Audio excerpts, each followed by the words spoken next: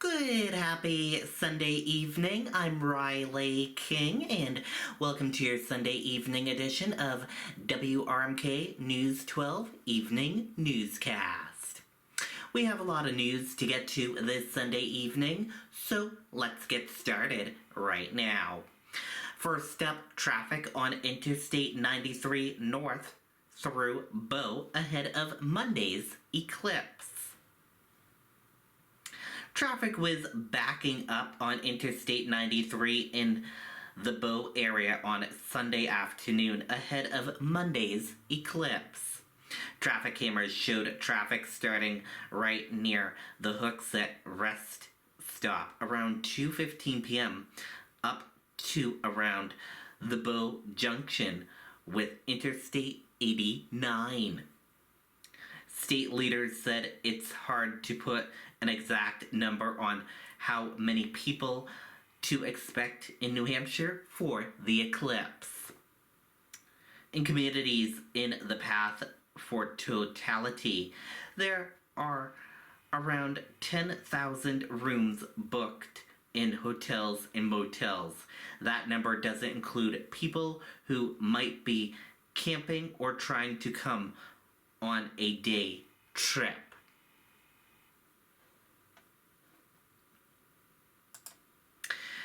UNH Observatory offers advance and insight into eclipse. Let's take a listen to that video from WMUR News 9, Gene Mackin.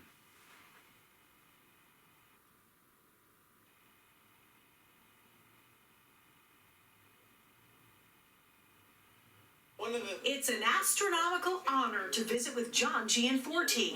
All right, so this is entering in the original UNH Observatory. Director of the UNH Observatory.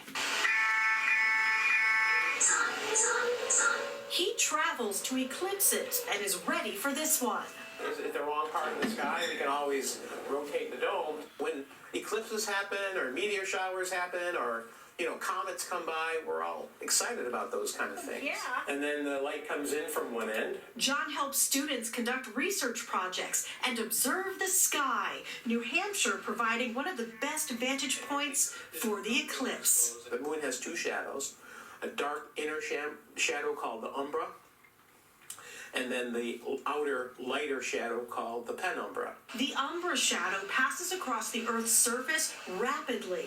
Part of that path of totality, the inner shadow of the moon that causes a total solar eclipse, cuts the extreme northern notch of New Hampshire and Vermont and upstate New York. He cherishes those few minutes of totality. The moon is completely blocking the sun, except for its outer atmosphere called the corona, explosions of superheated plasma called prominences that are leaping off the sun's surface, especially when it's active, like it is in 2024. So this is the little observatory. This is the new dome. The new dome. Yes. Okay.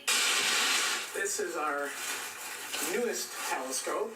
When not in totality, he says solar glasses are a must. It doesn't emit just visible light radiation. It emits ultraviolet and infrared. And that's what damages your eye. So it'll look like a sideways smile. And that's what it'll look like. It'll look like a smile. To me, it's science, but in the midst of the eclipse, it's one of the most emotional, thought-provoking, beautiful natural events that you can see in the sky. In Durham, Gene Mackin, WMUR News 9. Okay, and there you go on that report.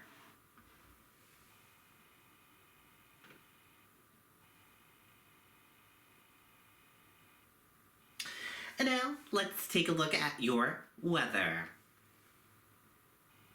Thanks for watching. I'm meteorologist Jacqueline Thomas. We are now just a day away from the solar eclipse. Monday's forecast is still looking good here in New England, which is great news for anyone trying to catch a glimpse and to catch a view of the eclipse. You'll notice that it may even be one of the best spots in the country for viewing. As you head south, this path of totality here in this shadow that's on the screen and that yellow line showing that center of totality, across parts of Texas, there'll be plenty of clouds around that could disrupt views. As you head back up towards Cleveland, you might get some breaks in the sky, but then back through Buffalo, a lot of New York State, that's going to be in cloud cover. Even as you head towards the Champlain Valley in Burlington, Vermont, you might start to see some thin high clouds streaming in as we head through the afternoon.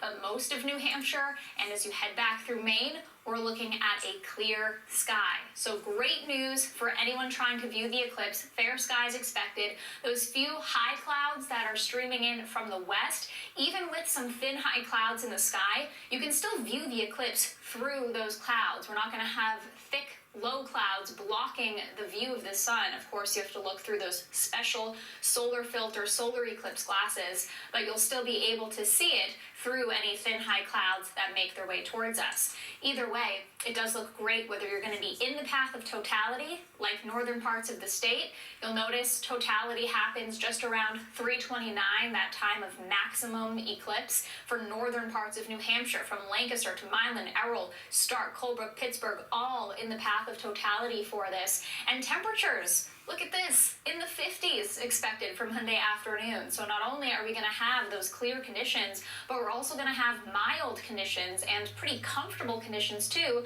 for being outside and just enjoying this, for some, once-in-a-lifetime opportunity to witness the eclipse. As we head through the rest of the afternoon, we're going to see a couple of those clouds continue to move in, but the good news is that by the time the eclipse is over, that's when those clouds really start to move in, so we should be good. 12-hour forecast through the day in Pittsburgh, up north. Notice a bright, clear, sunny sky, and any patchy fog early Monday morning will burn off to give us that bright sky expected as we head into the afternoon. And then after the eclipse, we'll start to see more of those clouds building in from time to time. For southern parts of the state, if you're going to enjoy the partial eclipse, Concord, you're going to start with those bright conditions, but then notice more clouds building in the second half of the day. So a few thin high clouds can't be ruled out during the eclipse time, but again, you'll still be able to see the eclipse through those thin high clouds, and then likely more clouds develop as we head towards the evening. And just a reminder, there is a big difference between seeing totality and being outside of where that 100% maximum eclipse is going to occur. So for areas in totality, like Lancaster, you will get that darkening of the sky and the environment. It'll suddenly look and feel like twilight. In areas south in the state, like Concord, where you're going to see a partial solar eclipse, you'll still have some differences, but it's not going to be nearly as dark or not nearly the effects that you'll see in areas that are getting totality. Either way, really cool thing to check out, and that clear sky is going to really help folks be able to enjoy it fully. Okay, and there you go on that report. And we do want to let you know there are some closings and delays. If you want to see that complete list, you can go to WRMK.com. Walmart's $45 million settlement. What to know if you qualify. Let's take a listen to that report from ABC News.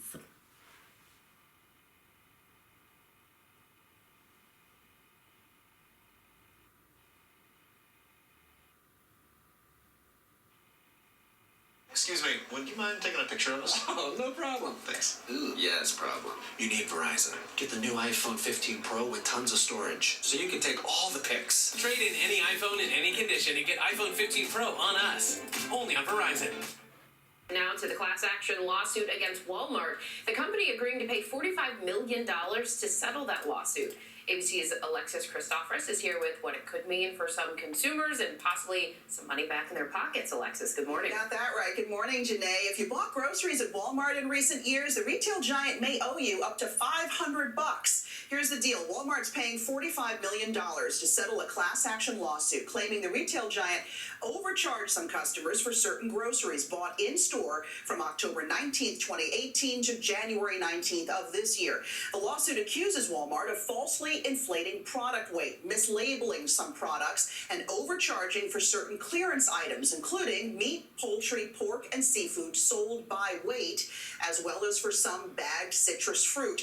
Walmart denies the allegations, but agreed to the settlement, telling ABC News, "We believe a settlement is in the best interest of both parties." Now, if you believe you're eligible and you have your receipts, you could be entitled to 2% of the total cost for each product, up to $500. If you don't keep grocery receipts from 5 years ago, don't worry, you can still receive up to $25. You may also be able to retrieve receipts from Walmart's website, and you can file a claim on the settlement administrator's website. That deadline to file, June 5th. Gio? Everybody looking for those receipts. Yeah, right. A little bit of a catch. Yeah. Thank you, Alexis. Hi, everyone. George Stephanopoulos here. Okay, and there you go on that report. We're going to switch gears now. Let's go into sports.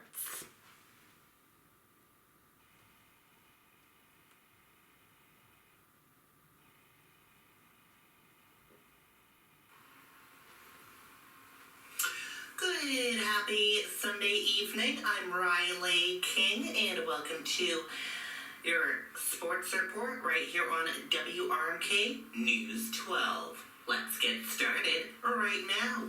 First up, the Boston Red Sox. They are currently playing a game. They are in the bottom of the 8th, and the current score is Red Sox 8 and Los Angeles Angels 1. The Red Sox are currently winning the game. Let's go Boston Red Sox and keep on winning.